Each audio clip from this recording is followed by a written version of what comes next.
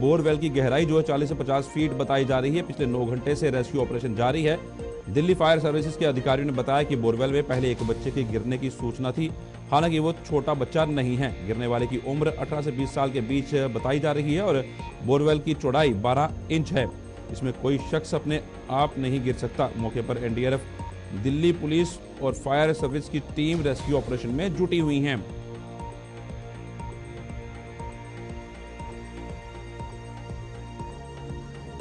दिल्ली की कोशुपुर मंडी के पास जल बोर्ड के वाटर ट्रीटमेंट प्लांट में एक युवक बोरवेल में गिर गया है और घटना शनिवार रविवार देर रात 1 बजे की बताई जा रही है। बोरवेल की गहराई 40 से 50 फीट बताई जा रही है। पिछले 9 घंटे से रेस्क्यू ऑपरेशन जारी है।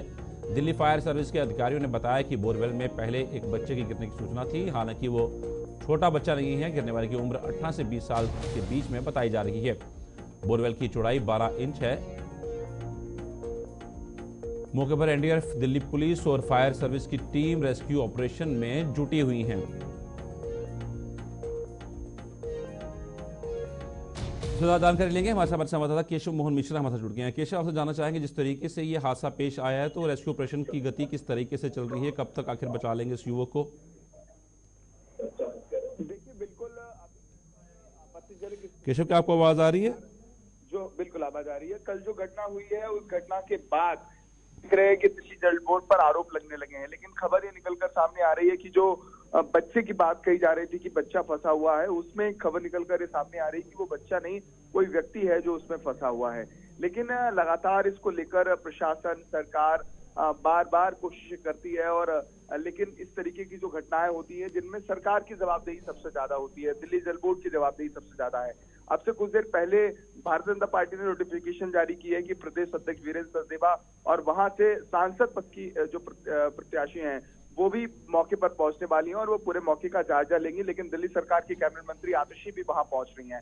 लेकिन हालात जो है वो यही बने हुए हैं कि लगातार उसको रेस्क्यू करने की कोशिश है, लेकिन अभी क्या चीजें हो रही हैं, क्या जो व्यक्ति नीचे गिरा है वो सेफ है या सेफ नहीं है, इस पर भी अभी संदेह की स्थिति लगातार बनी हुई है। केशव, आपसे ये भी जानना चाहूंगा, जिस तरीके से 40 से 50 फीट का ये गहराई बताई जा रही है इसकी बोरवेल की, तो इसकी चौड़ाई कितनी है?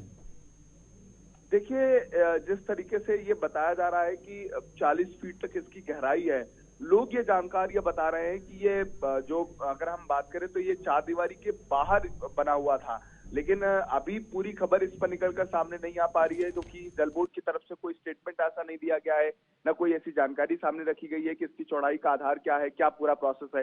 तो इस पर अभी पूरी जो रिपोर्ट है वो देना जल्दबाजी है क्योंकि अभी हाल फिलहाल में रेस्क्यू हुआ नहीं है। रेस्क्यू प्रोसेस में है। जब रेस्क्यू हो जाएगा उसके बाद तमाम चीजें क्लियर होती हुई दिखाई देंगी। साहिल, जिस तरह केशव मोहन मिश्रा हमारे साथ जुड़े हुए थे, अभी वहां पर रेस्क्यू ऑपरेशन तो चलाया जा रहा है। बढ़ते हैं अगली खबर की और बड़ी खबर से आपको रूबरू करवा देते हैं, जहां पर यूपी के जौनपुर में बड़ा सड़क हादसा पेश आया है और कार और ट्रक के बीच में जोरदार टक्कर हुई है। हादसे में 6 लोगों की मौके पर मौत होने की सूचना मिली है। 3 लोगों की हालत गंभीर बताई जा रही है। इलाज अभी भी जारी है। मामले की जांच में पुलिस जुट गई है। जी हाँ, ये खबर जो निकलकर सामने आ रही है, यूपी के जौनपुर में बड़ा सड़क हादसा पेश आया है, जहां पर कार और ट्रक की जोरदार टक्कर हुई है। हादसे में 6 लोगों की मौके पर मौत हो गई है और 3 लोगों की हालत गंभीर बताई जा रही है। इनका इलाज जो है वो चल रहा है। मामले की जांच में पुलिस जो है वो जुट गई है। यूपी जौनपुर में बड़ा सड़क हादसा पेश आया है, जहां पर ट्रक और कार की जोरदार टक्कर होती है, जिसमें कि 6 लोगों की मृत्यु हो जाती है और 3 लोगों गंभीर रूप से घायल होने की खबर सामने आ रही है। और जिस तरह से अभी भी वहां पर जो बिहार से प्रयागराज से जा रहे एक ही परिवार के 6 लोगों की कार ट्रक की टक्कर में मौत हो गई, जबकि 3 लोग इसमें घायल हुए हैं। घायलों को बेहतर इलाज के लिए वाराणसी रेफर किया गया है। ट्रक ड्राइवर और उसका साथी मौके से फरार है। पुलिस उनकी तलाश कर रही है। मामले में जांच जारी है। वहीं शवों को पोस्टमार्टम के लिए भिजवा दिया गया है। यूपी के जौनपुर से ये बड़ा हादसा जो सामने आया और जिसकी अगली बड़ी खबर से आपको रूबरू करवाते हैं। काशी आजमगढ़ दौरे पर पीएम मोदी यूपी को देंगे कई बड़ी सौगातें। 42,000 करोड़ से ज्यादा की देंगे सौगात। आजमगढ़ एयरपोर्ट का करेंगे उद्घाटन। आजमगढ़ में यूनिवर्सिटी की देंगे सौगात। प्रधानमंत्री अपने 2 दिवसीय दौरे पर पहुंचे हुए थे वाराणसी। उसके बाद आजमगढ़ जो है वो पहुंचेंगे, जहां पर वो आजमगढ़ के दौरे पर पीएम मोदी पहुंचेंगे, जहां पर वो बड़ी सौगातें देंगे। और काशी विश्वनाथ धाम में पूजन भी किया प्रधानमंत्री ने। आजमगढ़ में यूनिवर्सिटी को देंगे सौगात और काशी आजमगढ़ दौरे पर पीएम मोदी 42,000 करोड़ से ज्यादा की देंगे सौगात। पीएम मोदी यूपी को देंगे कई बड़ी सौगातें और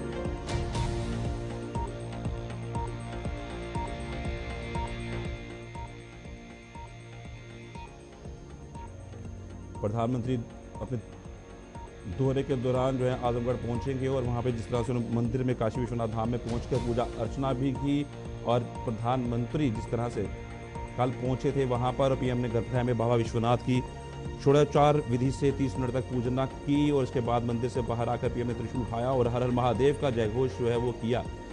काशी में मोदी जब पहुंचे थे तब और नतमस्तक पीएम मोदी जब वहां पर पूजा अर्चना करते हुए प्रधानमंत्री नजर आ रहे थे और राज्यों को कई बड़ी सौगातें चार चुनाव सामने कड़ी सुरक्षा व्यवस्था वहां पर की गई हुई थी और जिस तरह से प्रधानमंत्री का दौरा था काफी अहम माना जा रहा था।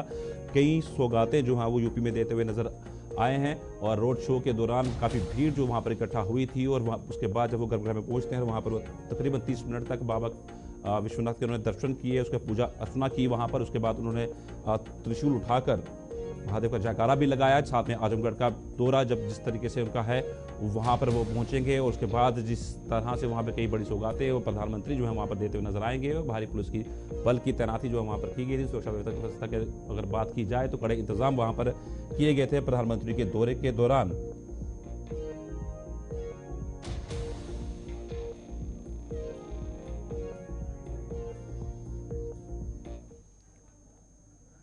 तो वहीं प्रधानमंत्री नरेंद्र मोदी ने ममता बनर्जी समेत इंडिया गठबंधन पर निशाना साधते हुए कई बड़े सवाल उठाए हैं। पीएम मोदी ने कहा कि टीएमसी को भतीजी और कांग्रेस को शाही परिवार की चिंता है, उनको आम जनता से कोई लेना देना नहीं है।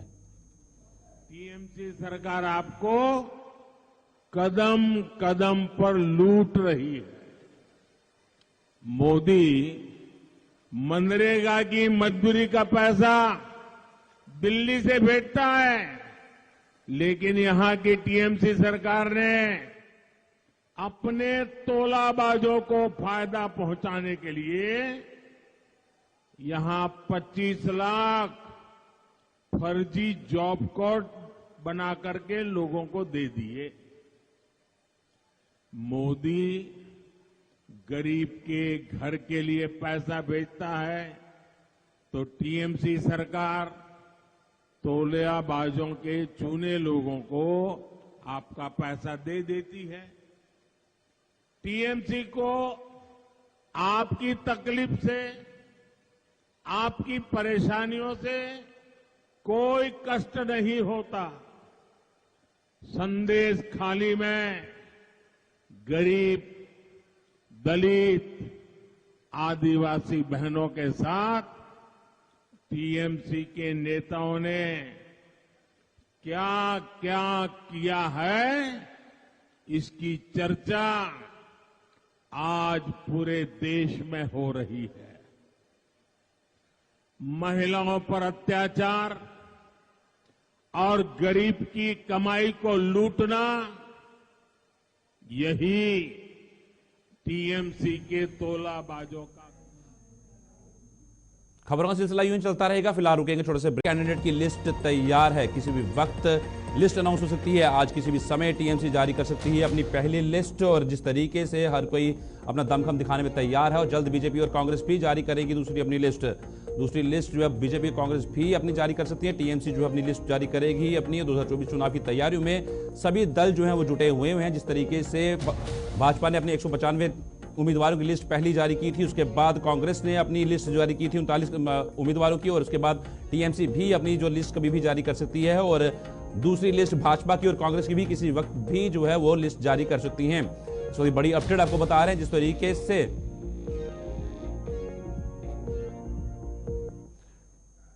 तो वहीं केंद्रीय गृह मंत्री अमित शाह ने विपक्षी दलों को जमकर घेरते हुए कई बड़े सवाल खड़े किए हैं। उन्होंने कहा कि कांग्रेस पार्टी ने हमेशा अपने परिवार का सम्मान किया और लालू यादव ने भी पिछड़ों के नाम पर पूरा जीवन अपने परिवार के लिए जिया।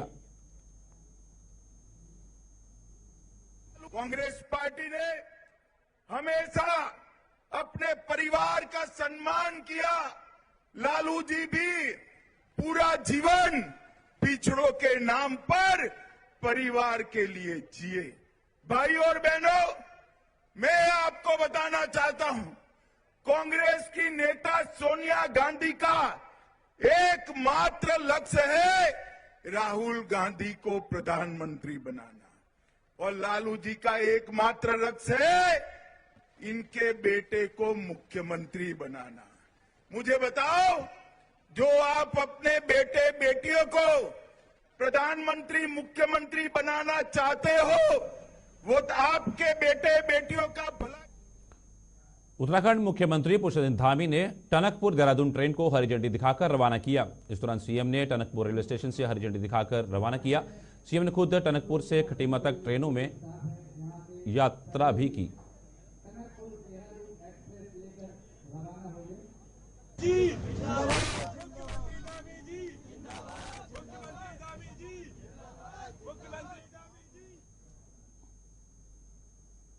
चलिए अब सीधा लिए चलते हैं उत्तराखंड, जहां पे देहरादून से उत्तराखंड के मुख्यमंत्री पुष्पेंद्र धामी पहुंचे हुए हैं।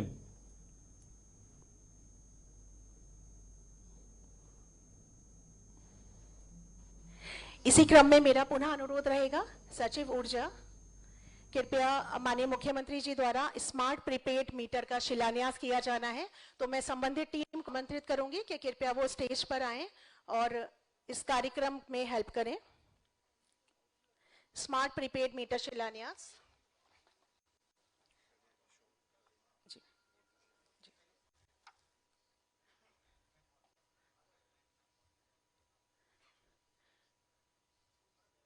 ये समस्त टीम माननीय मुख्यमंत्री जी को पुष्पगुच्छ और शॉल के साथ अभिनंदन एवं स्वागत करना चाह रही है। समस्त टीम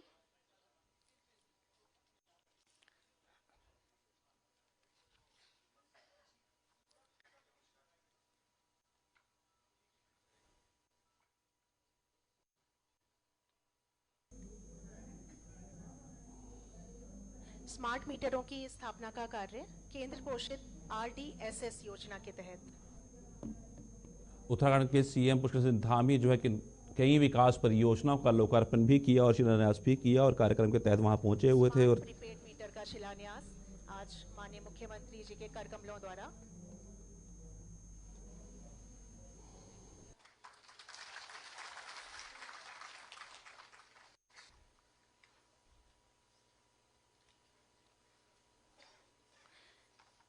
स्मार्ट मीटर शिलान्यास, ये इस योजना की लागत लगभग 2027 करोड़ है और योजना का कवरेज 15 लाख उपभोक्ता, लगभग 60,000 ट्रांसफार्मर और 2,600 फीडर।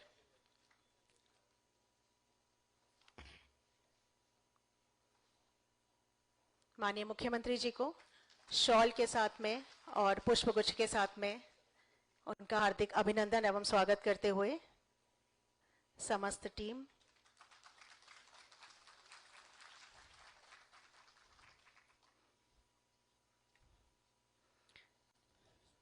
स्मार्ट मीटर की एक कार्य योजना की अवधि 10 वर्ष की है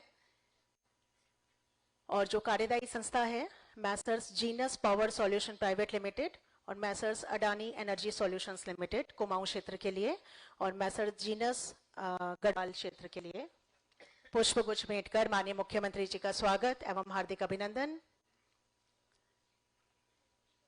समस्त टीम द्वारा।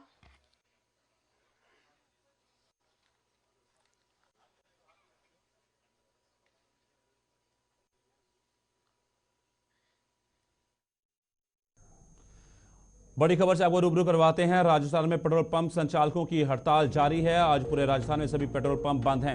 ईंधन की बढ़ती कीमतों को लेकर जताया विरोध। 48 घंटे तक बंद रहेंगे सभी पेट्रोल पंप। पेट्रोल और डीजल पर लगाए गए मूल्य वर्धित वैट में कटौती की मांग को लेकर राजस्थान पेट्रोलियम डीलर्स एसोसिएशन की 2 दिवसीय हड़ताल चल रही है।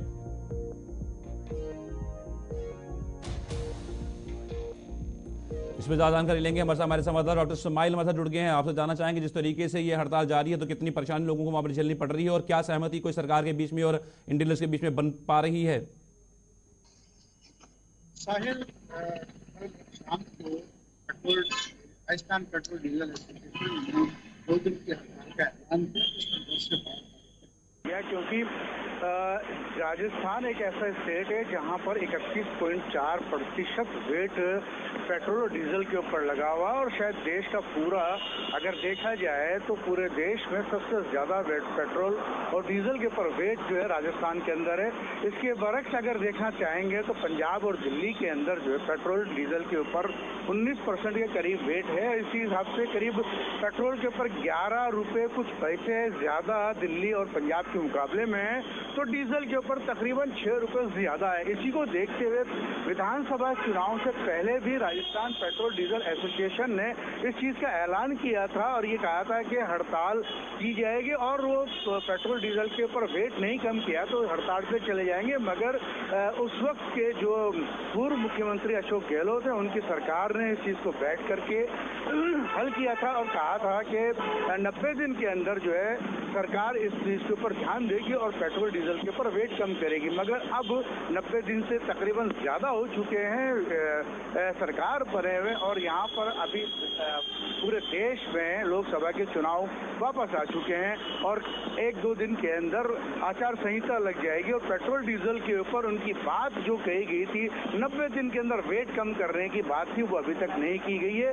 इसी को लेकर के कल इन्होंने पूरा ऐलान किया है कि राजस्थान में करीब 6,800 पेट्रोल पंप हैं वो सभी बंद रहेंगे, लेकिन जयपुर में तकरीबन 527 पेट्रोल पंप है, उनमें से 7 पेट्रोल पंपों को जन सुविधा के लिए खोले रखे। मेरे पीछे आप पेट्रोल पंप पे देख सकते हैं कि इस वक्त किस कदर से लाइन लगी हुई है। लोगों जी बिल्कुल डॉक्टर को इस्माइल, जिस पेट्रोल तरह लेने से के लाइन लिए लगी हुई है उसको हम देख रहे हैं और जिस तरीके से अब ये 2 दिन के लिए बंद रहेगी तो सेवा तो काफ़ी मुश्किल लोगों को आने वाली है आने वाले समय में और कोई बीच का रास्ता निकालना बहुत ही अहम है। फिलहाल आपका बहुत बहुत शुक्रिया और आज के बुलेटिन में इतना ही, दीजिए इजाज़त। नमस्कार।